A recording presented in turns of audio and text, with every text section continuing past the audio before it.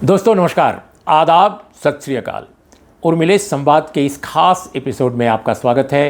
दोस्तों मैं अमेठी से लौट रहा हूं और अमेठी वो कॉन्स्टिट्यूएंसी, वो निर्वाचन क्षेत्र जहां से देश के बड़े बड़े नेता कॉन्टेस्ट करते रहे हैं। दोस्तों इस बार वहां स्मृति ईरानी जी हैं। स्मृति ईरानी जी वहां की सांसद हैं और भारतीय जनता पार्टी के प्रत्याशी के तौर पे उन्होंने 2019 में राहुल गांधी को चुनाव हरा दिया था और वो एक ऐसा चौंकाने वाला नतीजा था चुनाव का, जिसको देखकर, जिसको सुनकर पूरा देश हैरत में रह गया कि वो अमेठी जिसको उनके पिताजी, उनकी माताजी और तमाम परिवार के अन्य सदस्यों ने उस कॉन्स्टिट्यूएंसी को, जो ऊसर बांगर जो ज़मीन है जहाँ कोई खेती नहीं अच्छी से हो पाती थी, उपजाऊ ज़मीन नहीं थी, वहाँ खुशहाली की लहर पैदा की। इतने ज़्यादा वहाँ पर इंफ्रास्ट्रक्चर डेवलपमेंट हुए, इतने ज़्यादा वहाँ कारखाने आए, बहुत सारे और उपक्रम स्थापित हुए और अमेठी के लोगों के जीवन में खुशहाली, सचमुच खुशहाली आई, इसमें कोई दो राय नहीं है। और उस कॉन्स्टिट्यूएंसी में कैसे हार गए राहुल गांधी, जिसको उनके परिवार ने सींचा था, ये एक बहुत बड़ी हैरत की बात थी। लेकिन दरअसल ये असलियत हुई और स्मृति ईरानी जो बाहर से आई थी, नरेंद्र मोदी, प्रधानमंत्री नरेंद्र मोदी का उनको पूरा समर्थन था, संरक्षण था और उन्होंने मोदी जी के एक यूँ कहा जाए कि उनका जो एक ब्रांड था, उसके रोशनी में, उसके आकर्षण में पूरे अमेठी वालों का मन मोह लिया। उनके अपने भाषणों में, उनकी अपनी कलाबाजी जो उनकी है, उनके भाषणों की, उससे भी लोग प्रभावित हुए और हार गए चुनाव राहुल गांधी। कई लोग ये भी मानते हैं कि चुनाव वो हारते नहीं, शायद उनको योजनाबद्ध ढंग से हराया गया, लेकिन मैं इस विवाद में नहीं पड़ना चाहता कि कैसे, कौन हारा, क्यों हारा। लेकिन दरअसल इस बार चुनाव की जो कहानी मैं आपके सामने सुनाना चाहता हूँ, वो बिल्कुल पलटी हुई है, बिल्कुल तस्वीर उल्टी हो गई है। इस बार राहुल गांधी चुनाव नहीं लड़ रहे हैं। स्मृति ईरानी चाहती थी कि राहुल गांधी चुनाव लड़ें ताकि उनको एक बहुत बड़ा स्टार जो कैंपेनर है, अपोजिशन का स्टार अट्रैक्शन है, जो अल्टरनेटिव एक तरह से जो पॉलिटिकल जो एक प्लेटफॉर्म बना है इंडिया अलायंस, उसका सबसे बड़ा नेता, सबसे बड़ी ब्रांड है। तो अगर राहुल गांधी चुनाव लड़ते हैं तो स्मृति ईरानी को काफ़ी मज़ा आएगा उन पर अटैक करने को। एक प्रिय शत्रु मिलेगा, एक ऐसा शत्रु जिसके होने से उनके चुनावी आकर्षण में और ज़्यादा ताकत आ जाएगी और ज़्यादा मजबूती उनको मिलेगी। ये चीज़ स्मृति ईरानी पॉलिटिशियन होने के नाते समझती थी कि जब एनिमी बड़ा होता है, जब राइवल आपका बड़ा होता है, तो आपकी हैसियत भी बढ़ जाती है। लेकिन राहुल गांधी ने उनको निराश किया दोस्तों, और राहुल गांधी ने निराश किया और इस तरह से वो चुनाव वहाँ से नहीं लड़े। बगल की कॉन्स्टिट्यूएंसी जो रायबरेली है, उन्होंने वहाँ से चुनाव लड़ना तय किया। जो उनकी माताजी की कॉन्स्टिट्यूएंसी थी, सोनिया गांधी ने रायबरेली से चुनाव न लड़ने का फैसला किया। वो राज्यसभा में आ गईं और राज्यसभा में आने के बाद उन्होंने ये लगभग तय कर दिया था कि उनके पुत्र वहाँ से चुनाव लड़ेंगे।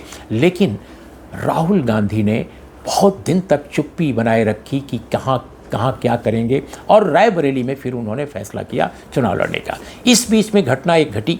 वो घटना ये थी कि किशोरी लाल शर्मा, जो नेहरू गांधी परिवार के बहुत निकटस्थ हैं, जो एक तरह से हमेशा चुनाव मैनेजर वहाँ पर रहे हैं, उनको उन्होंने उम्मीदवार बना दिया। और केएल शर्मा, किशोरी लाल शर्मा, वो स्मृति ईरानी के सामने खड़े हो गए। स्मृति ईरानी ने कहा ये तो कुछ भी नहीं है, ये तो यूं ही चुनाव हार जाएंगे, ये हमारे सामने क्या खड़े होंगे। सब लोगों में यही परसेप्शन गया कि स्मृति ईरानी जैसा, अब वो कद्दावर तो बनी गई हैं, या इसमें क्या दो रहा है, कैबिनेट मंत्री हैं, बहुत महत्वपूर्ण मंत्रालयों की प्रभारी रही हैं, एक समय तो वो शिक्षा मंत्री थी देश की।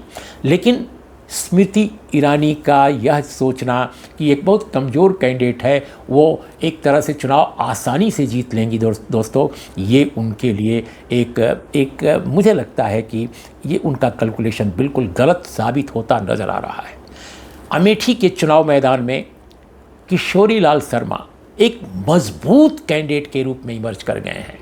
ऐसा लगता है कि जो स्मृति ईरानी ने सोचा था कि एक कमज़ोर कैंडिडेट पर वो आसानी से जीत हासिल कर लेंगी, कहीं वो कमज़ोर कैंडिडेट इतना ताकतवर न बन जाए कि स्मृति ईरानी स्मृतियों में चली जाए। क्योंकि मेरे शब्द नहीं हैं स्मृतियों में जाना।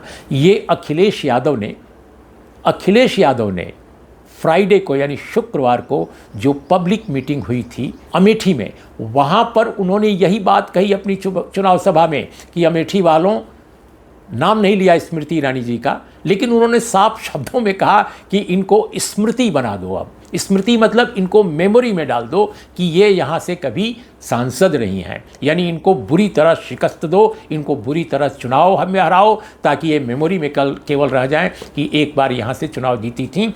और इस तरह से दोस्तों जो उन्होंने बात कही उस पर भीड़ ने, ज़बरदस्त भीड़ थी कल की रैली में, इतनी ज़बरदस्त प्रतिक्रिया आई कि उसकी कल्पना नहीं की जा सकती। मैंने अमेठी के गाँव में, कस्बों में कई जगह से गुजरते हुए, जगदीशपुर से लेकर अमेठी के बीच में और भी कई जगहों पर हमने तरह तरह के लोगों से बात की। बात जिन लोगों से की वो रावत थे, वो पांडे थे, वो त्रिपाठी थे, वो यादव थे, वो मुस्लिम थे, वो अंसारी थे, वो तमाम तरह के लोग थे।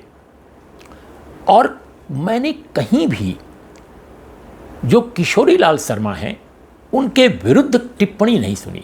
मैं ऐसे भी हलकों में गया जो आमतौर पे भारतीय जनता पार्टी के प्रभाव के इलाके माने जाते हैं, वहाँ भी लोगों ने कहा कि हम तो भारतीय जनता पार्टी के समर्थक हैं, वोट देंगे ही स्मृति ईरानी जी को। लेकिन यहाँ पर टक्कर इतनी कठिन है कि कहा नहीं जा सकता कि कौन जीतेगा हारेगा। तो बीजेपी के खेमे में भी दोस्तों ये स्थिति है कि ये चुनाव उनके लिए भी कहने लायक नहीं रह गया है कि वाकई स्मृति ईरानी चुनाव जीत ही रही हैं। लेकिन कांग्रेस समर्थक जो हैं, समाजवादी पार्टी के जो समर्थक हैं, और हाँ ये कहना मैं भूल गया, जो समाजवादी पार्टी और कांग्रेस का अलायंस अमेठी में है और पूरे उत्तर प्रदेश में, वो इतना ज़बरदस्त है कि उसकी कल्पना नहीं की जा सकती है।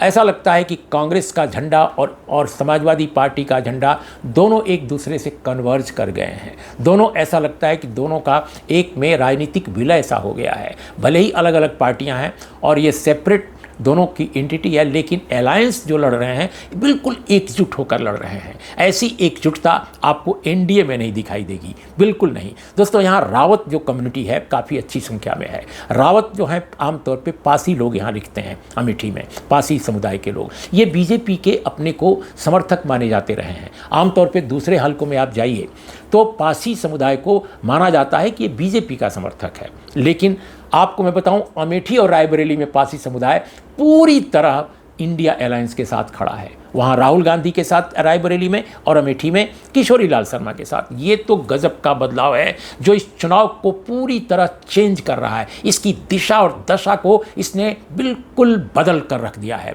और दोस्तों आश्चर्य नहीं कि चीज़ें जैसी मैंने देखी हैं, उससे तो ये लगता है कि कांग्रेस का पलड़ा बहुत भारी है। भारी नहीं है, बहुत भारी है। आमतौर पर भारतीय जनता पार्टी मानती है कि ब्राह्मण समुदाय उसका सबसे बड़ा जनाधार है, आमतौर पे एक इंप्रेशन है। लेकिन अमेठी और रायबरेली में ब्राह्मण समुदाय भारतीय जनता पार्टी को छोड़ करके पूरी तरह कांग्रेस के साथ खड़ा है, इंडिया अलायंस के साथ खड़ा है। और वो राजनीतिक बातें कह रहा है। वो ये कह रहा है कि भैया कितने दिनों तक तुम मंदिर मस्जिद में फंसाओगे हमें रोज़गार चाहिए, हमें रोज़गार नहीं मिल रहा है, हमारे बच्चे पढ़ करके और क्या करेंगे? अग्निवीर बना रहे हो, 4 साल के बाद अग्निवीर के बाद लौटेंगे भैया, तो हम क्या करेंगे? इस तरह की बातें लोग करते हैं। मैंने ऐसे कई लोगों से बात की। और दोस्तों एक और बात बता दूं, यहाँ पर राहुल गांधी आए अमेठी में, रायबरेली में तो सोनिया गांधी भी आई, यहाँ पर अखिलेश यादव आए। लेकिन आश्चर्य करेंगे आप कि रायबरेली में और अमेठी में माननीय प्रधानमंत्री नहीं आए। हाँ, उन्होंने नंबर 2 जो है सरकार में, नंबर 2 आप जानते ही हैं नंबर 2 कौन है? अमित शाह, उनको भेजा है। आज भी जब मैं आपसे बात कर रहा हूँ शनिवार को, तो अमित शाह जी अमेठी में रोड शो करने जा रहे हैं। इसी तरह से उन्होंने रायबरेली में भी सभा की। वहाँ पर मनोज पांडे जो समाजवादी पार्टी के विधायक हैं, जो राज्यसभा चुनाव के दौरान पार्टी से अलग हो गए थे और उन्होंने बीजेपी को सपोर्ट किया था, मनोज पांडे को भी उन्होंने पार्टी में शामिल कराया बीजेपी में। तो ये सब चीज़ें चल रही हैं। लेकिन यकीनन आपको मैं बताऊं कि अमेठी का जो चुनाव मैदान है वो बहुत ताकत के साथ कांग्रेस के साथ खड़ा नज़र आ रहा है। चुनावी लहर जैसी लग रही है। पूरे देश में आमतौर पे माना जाता है कि ये लहर विहीन चुनाव है, लेकिन अमेठी और रायबरेली में सचमुच एक तरह की ऐसी लहर है जो इंडिया अलायंस को ताकत और मजबूती देती नज़र आ रही है।